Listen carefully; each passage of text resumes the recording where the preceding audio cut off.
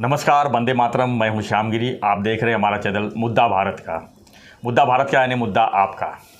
आज का हमारा मुद्दा है सड़क पर जो हो रहे दुर्घटनाएं और दुर्घटनाएं में हो रही बड़े बड़े लोगों की मौत।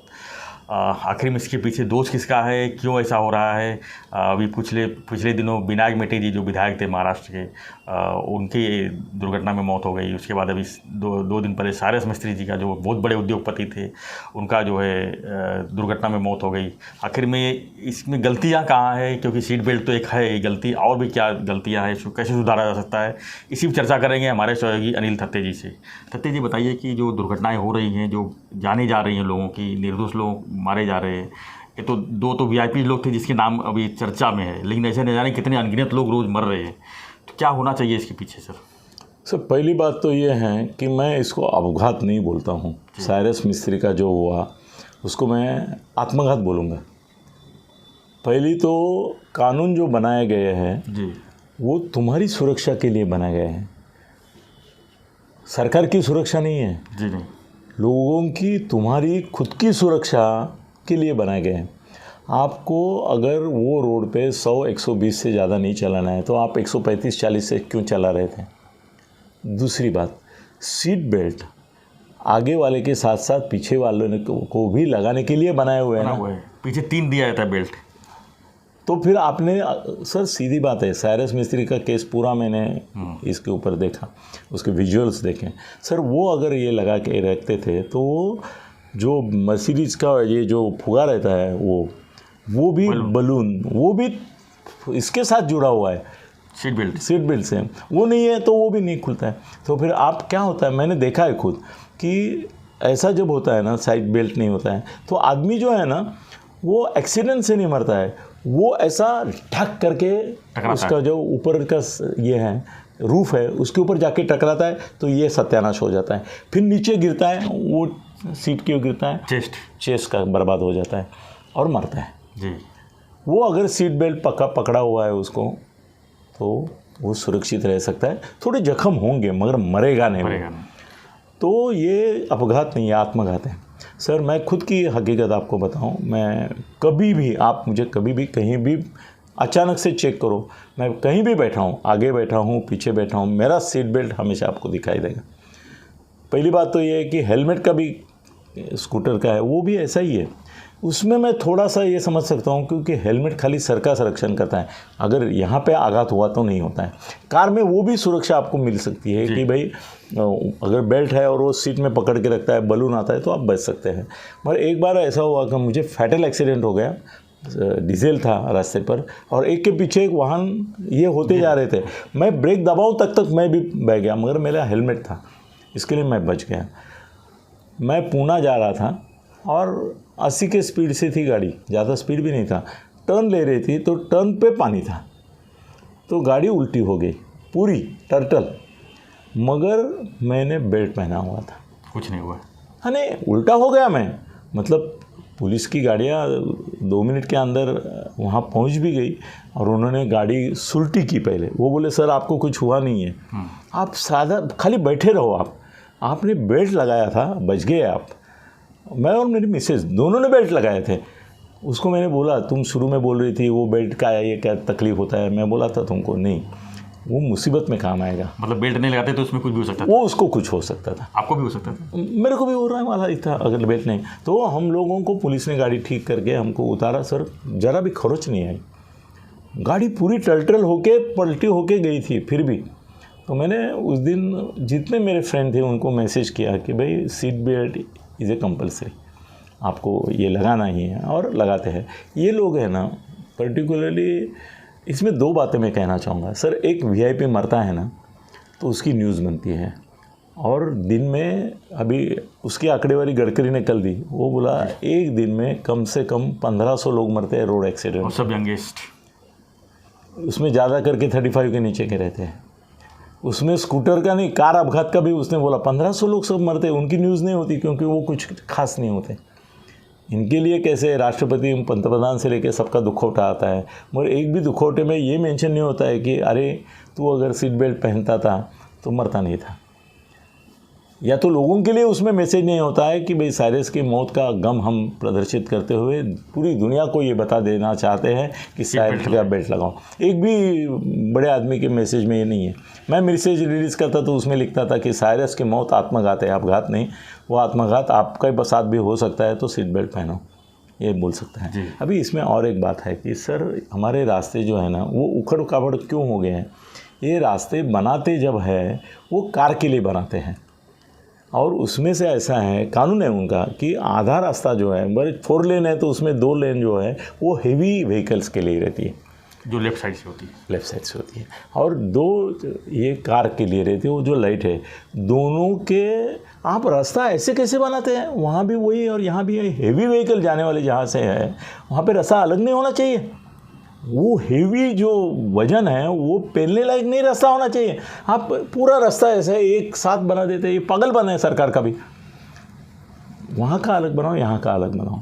वो हेवी वेट है और उनको अलाउड मत करो।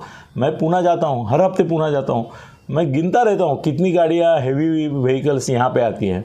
ज़्यादा करके सब राइट से ही जाते हैं, नहीं, एक दूसरे को ओवरटेक करते हैं। उनकी कब कुछ टाइम मजबूरी रहती है कि वो आगे वाला इतना स्लो रहता है तो आना पड़ता है, मगर छोटे इनको वो ये करते हैं, तकलीफ देते हैं।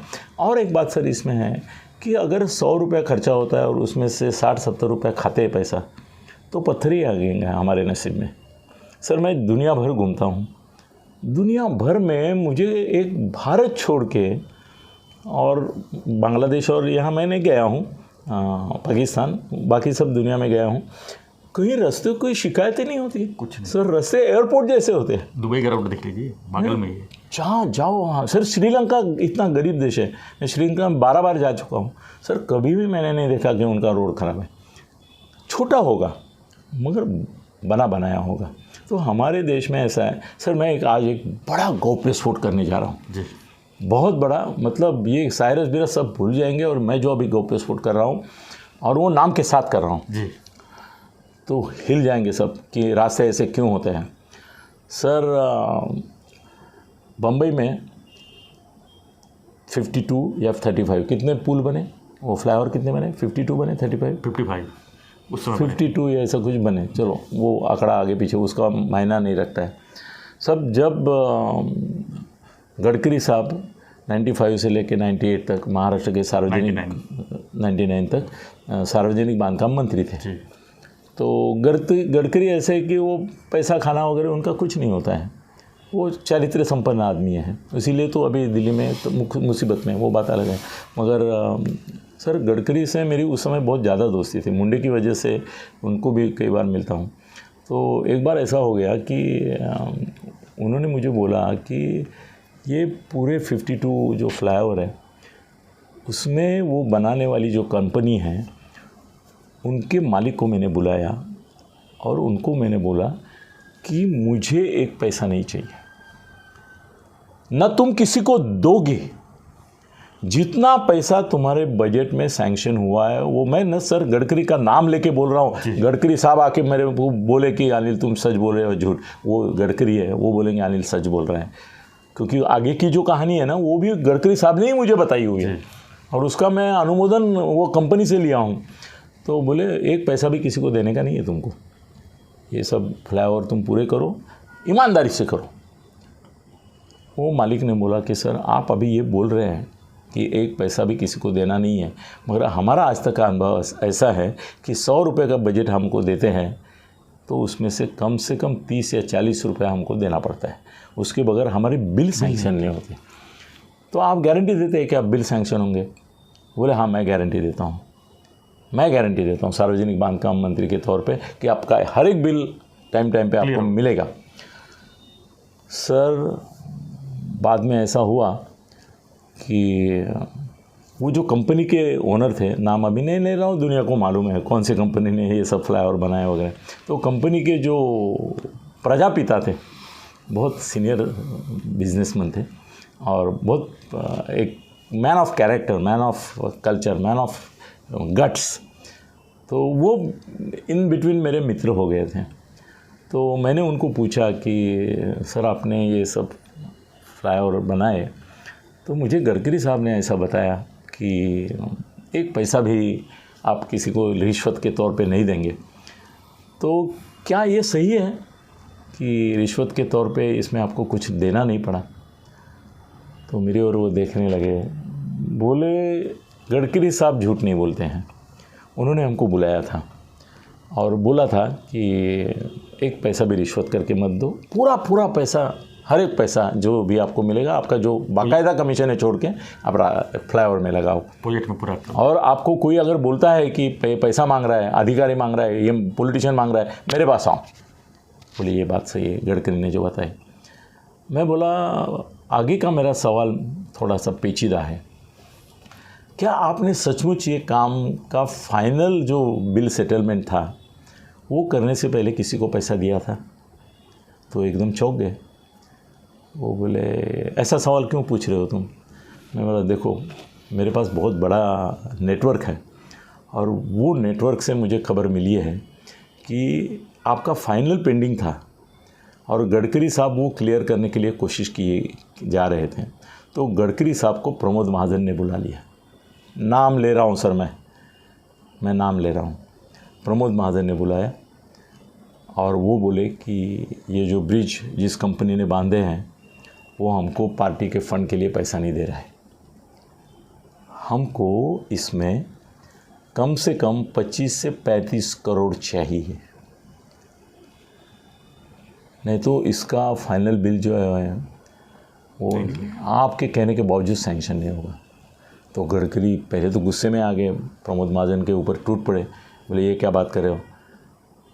और बोले मैं तुम ये जो कह रहे हो, प्रमोद महाजन उनके पार्टी का था, बोला मैं ये जो सब ब्रिज बने, मुंबई पुणे रोड बना, हाईवे बना, ये बाला साहब के आशीर्वाद से बना है, मैं तुम्हारे खिलाफ़ बाला साहब से शिकायत करूँगा।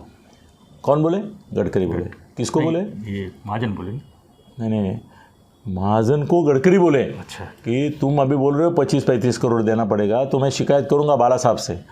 तो प्रमोद महाजन थे, सो मेरे मित्र थे, उनकी मैत्री की मैं कुछ कहानियां बताऊंगा, दुनिया हिलदर की उधर हो जाएगी। और अभी वो नहीं है मगर दूसरे साक्षीदार है, इसमें भी वो साक्षीदार नहीं है मगर दूसरे हैं। तो उन्होंने बोला, प्रमोद महाजन ने, बाला साहब से बात करने के बाद ही मैं आपके पास आया हूँ। क्या बोले?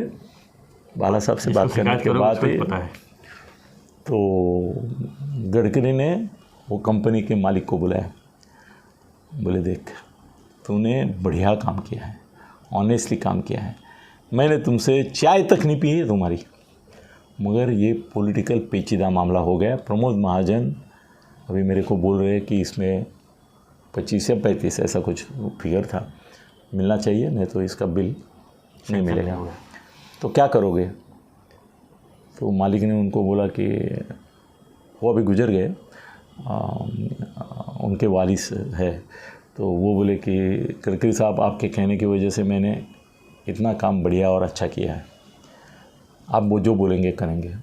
तो गडकरी साहब बोले मेरी ज़िंदगी में मेरे मुंह से ऐसे गलत शब्द कभी नहीं निकले हैं, मगर मैं आपको बोलता हूँ कि और कुछ काम निकलेंगे सरकार के, उसमें मैं आपके ये 25-35 जो भी आपको देने पड़ेंगे प्रमोद महाजन और इनको, वो कॉम्पनसेट करूँगा। वहाँ पे मैं थोड़ी बेईमानी करके आपको नुकसान नहीं हो ये देखूँगा, पर अभी उनको दे दो। सर उनको देना पड़ा। अगर गडकरी जैसे चारित्र संपन्न आदमी की ये मजबूरी होती है, जो आज मैंने पूरी दुनिया के सामने खोल दी है, गडकरी जिंदा है, मैं भी जिंदा हूँ, उनके वारिस भी जिंदा है जो अभी तक कंपनी चलाते हैं। वो कंपनी वाले शायद डर के मारे नहीं बताएंगे, और गडकरी है सर, वो आज भी बोलेंगे कि हाँ अनिल सच कह रहे हैं। मेरे को सामने खड़ा करो गडकरी साहब के, मैं उनको पूछूंगा गडकरी साहब ये कहानी मुझे कैसे पता चली? सर करप्शन की वजह से तो रोड की आज हालत है मुंबई। आप सही निष्कर्ष पे आ गए। तो अगर आप 100 रुपये में से 85 पैसा रुपया खर्चा करें, सिटी में भी सिटी में तो नगर सेवक सब ऐसे बाजू में खड़े होते हैं, उसने एक ऐसा घमेला डाला ना कि वो बोलते दूसरा घमेला मेरा भरो। सर कितने लोगों ने रोड बनाने का काम जिन लोगों के पास है ना, उनसे अपने बंगले बनवा लिए हैं। 5 लोग मुझे मालूम है, उनमें से एक आमदार है, एक खासदार है। ये जो बड़ा एक रोड, उस रोड का जैसे मैं नाम लूँगा वो ज़रा थोड़ा डिफ़िकल्ट हो जाएगा। फिर वो जो बड़ा रोड बना सर, उसमें लोगों ने अपने बंगले कॉन्ट्रैक्टर से बनवा लिए, अपने घर जाने वाले रोड बनवा लिए, एक ने तो अपना कुलदैवत है उसका रोड बनवा लिया। मैं बोला चलो वो तो पुण्य का काम किया उसने कम से कम। तो सर इसमें ऐसा है कि ये आत्मघात है, वो दोनों तरफ से, सरकार की तरफ से भी ये घातपात है जी, क्योंकि तुम इस तरह से रास्ते बेईमानी से बनाते हो, और हमारा आत्मघात है कि हम प्रिकॉशन नहीं लेते। हमको जो वेग मर्यादा दी है ये करना चाहिए, तो उनको श्रद्धांजलि देते हुए हमको ये भी नोट करना होगा कि गलती सिर्फ सरकार की नहीं, कभी कभी हमारे भी जो बलि जाते हैं उसमें उनकी भी होती है। इतना ही मैं आज कहना चाहूँगा। मगर गडकरी की जो ये बात है पूरा महाराष्ट्र याद रखे, और गडकरी साहब को मेरा नाम लेके पूछे कि क्या ऐसा हुआ था कि प्रमोद महाजन ने आपको 25-35 करोड़ देने के लिए मजबूर किया था। वो आदमी ऐसा जिंदा दिल आदमी है, मर्द आदमी है, वो बोलेंगे ऐसा कुछ हुआ था मगर बहुत पुरानी बात है, अभी छोड़ दो। धन्यवाद सतीश जी। हम चर्चा कर रहे थे कि जो रोड एक्सीडेंट में जो लोगों की जाने जा रही है, थोड़ी सी लापरवाही से लोग अपने आप जान तक कुर्बान दे रहे हैं, आत्मघाती बन रहे हैं। तो इस पर ज़रूर कुछ सोचना चाहिए, और सबको सोचना चाहिए, लोगों को करना भी चाहिए। लोगों को जब तक सतर्क नहीं हुए तब तक जो है जान ऐसी जाती रहेंगी, एक्सीडेंट होते रहेंगे।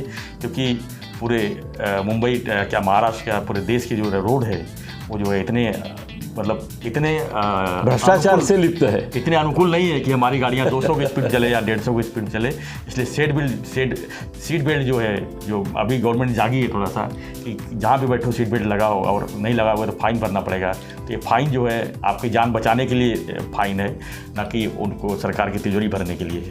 तो हम उम्मीद करेंगे कि हर कोई जो है वाहन जो है अपने सुरक्षित चलेगा, और सीट बेल्ट और हेलमेट जो है लगा के चलेंगे। तो आपको हमारा वीडियो कैसा लगा हमें ज़रूर कमेंट बॉक्स में लिखिए। वीडियो पसंद आई तो लाइक से सब्सक्राइब करना ना भूलें। धन्यवाद। जय हिंद, जय महाराष्ट्र।